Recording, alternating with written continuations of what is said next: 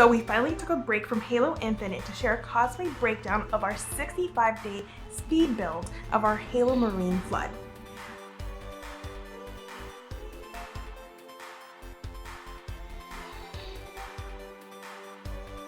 First, we have to shout out to another maker at RadMax Cosplay on Instagram who truly inspired this whole build and lit that spark in us to finally express our love of Halo and the parasitic space zombies known as the Flood.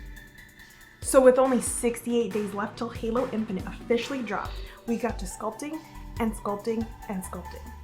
We broke down the sculpture into 5 different sections to make molding and casting so much easier than if we had only made 2 large complex molds.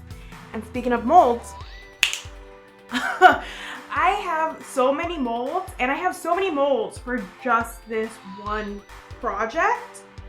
I don't even know where I'm gonna put them, you know? Like, where am I gonna put them? Where am I gonna go?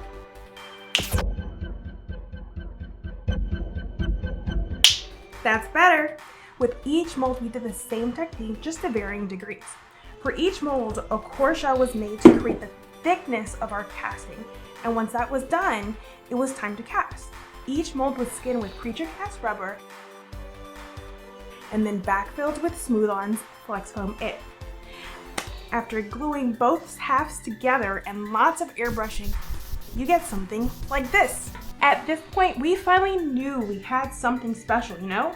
It's like you envision something, but you just don't know if it's gonna live up to your mind's eye. So we are especially proud of this project once we got to this point.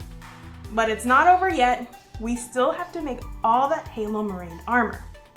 But that's for another time. If you wanna see how we make our EVA foam armor, leave a comment down below. Okay, love you, bye.